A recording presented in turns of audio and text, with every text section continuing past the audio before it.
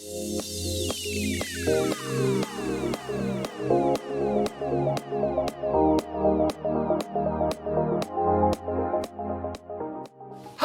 it's your boy Jacob, and today we're talking about peace. Peace is proving you care more about each other than winning an argument. So, if you had an argument with someone and you feel like that relationship is broken, peace can help you rebuild that relationship. It's like building a bridge. Bridge. You can build a bridge out of anything. Legos, popsicle sticks, spaghetti, and even trash. Sometimes we throw things away without thinking about how much we really need them. So I'm going to recycle this big, beautiful bin of garbage by building a bridge. Let's do this!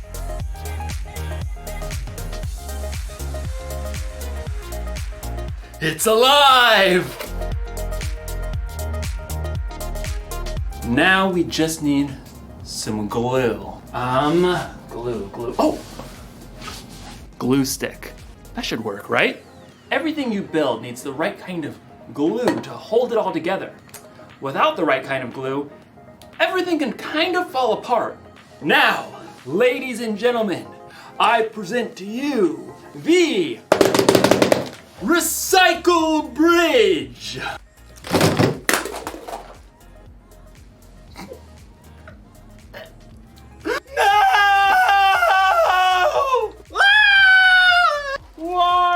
You see, it's hard to make things stick together when you don't have the right kind of glue.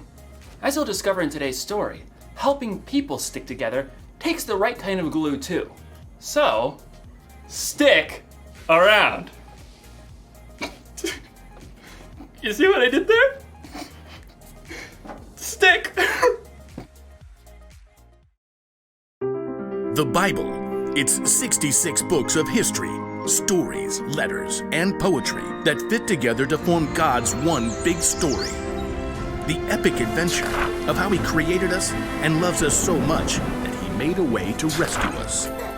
As we travel through the Bible, from Genesis to Revelation, we discover people who met God and found their lives changed forever. Now, for an amazing story, inspired by the book of Colossians, chapter 3. Verse 15. In a letter written to the Colossian church, the Apostle Paul wrote, "Let the peace that Christ gives rule in your hearts. As parts of one body, you were appointed to live in peace and be thankful." Now let's see what that truth may look like played out in our lives today.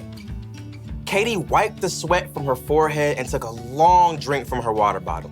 How is it this hot in April? She looked back at the long patch of scrubby ground on the corner lot by Miss Watson's house. Her friends, Caleb and Nona, were both pulling weeds too. I thought we'd be done before lunch. It'll take us days to clear out all this brush. All three kids lived in the same neighborhood and were in Mr. Benson's 7th grade social studies class.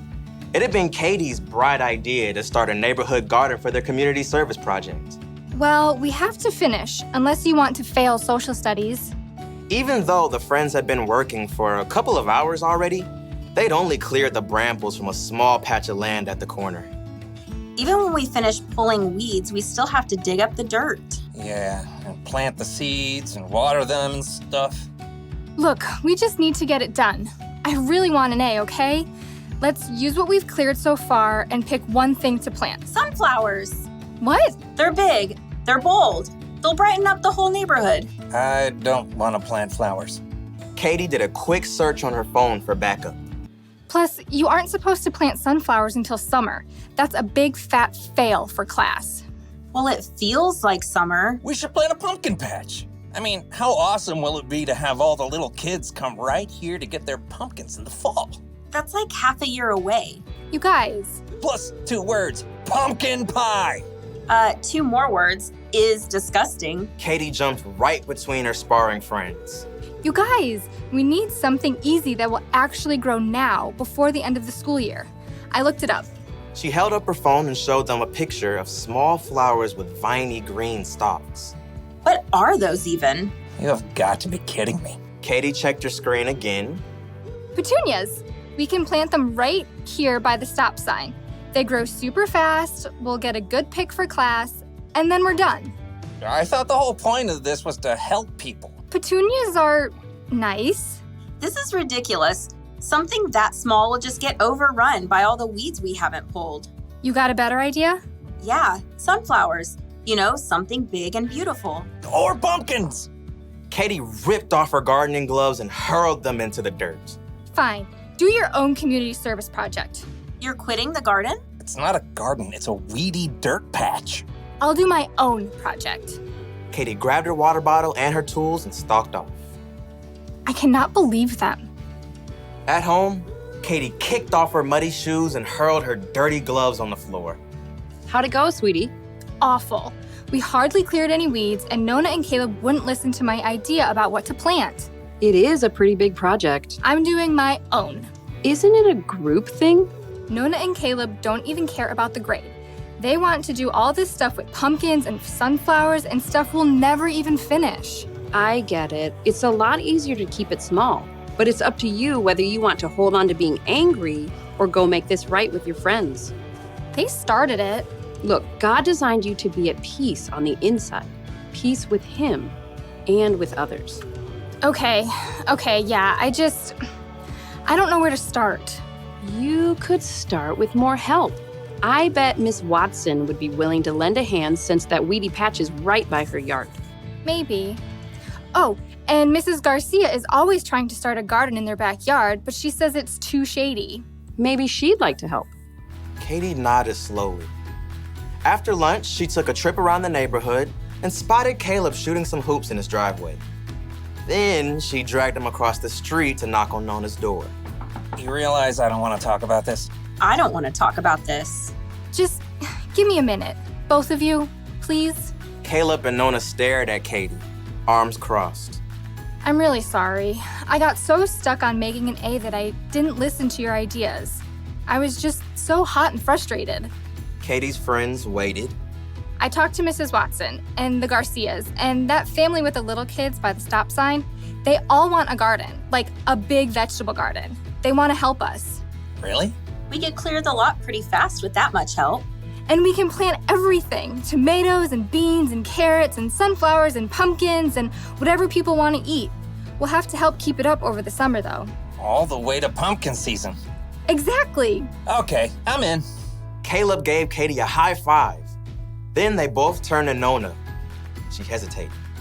Okay, sure, but you're not gonna get me to eat pumpkin pie, because sweet potato is way better. Deal. The Garcias can help out tomorrow afternoon, so we can get back to it then. Katie headed home, relieved that she was on good terms with her friends again and at peace on the inside. She was living out the truth of Paul's words. Let the peace that Christ gives rule in your hearts. As parts of one body, you are appointed to live in peace and be thankful.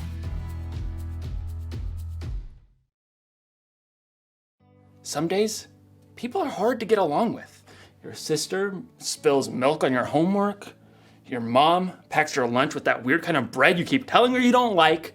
You have an argument with your friend over your group project. You just want to yell at everybody. But the Apostle Paul reminds us in his letter to the Colossians, let the peace that Christ gives rule in your hearts. As parts of one body, you are appointed to live in peace. Do you hear that? It's your job to make peace with the people around you. It's one of the things that you were made for, but you don't have to do it alone. You can have the peace that Christ gives. That kind of peace is strong and powerful. It's the glue that holds relationships together. So, if your sister spills milk on your homework, be quick to forgive. If you're in an argument with a friend, be patient and listen. And if you feel like yelling at everyone, count to 10. Or yell into a pillow. Or better yet, ask God to give you peace. Don't throw away a relationship without thinking. Peace is more important than being right. Here's the one thing to remember today. We can make peace with others. Think about who you need to make peace with today. Ask someone you trust for ideas on how to take the first step. You'll probably need a little creativity, and you'll definitely need the right kind of glue. Super glue. This ought to do the trick. When you see me next, I'll have a bridge that will truly last. Well, I'll see you next time.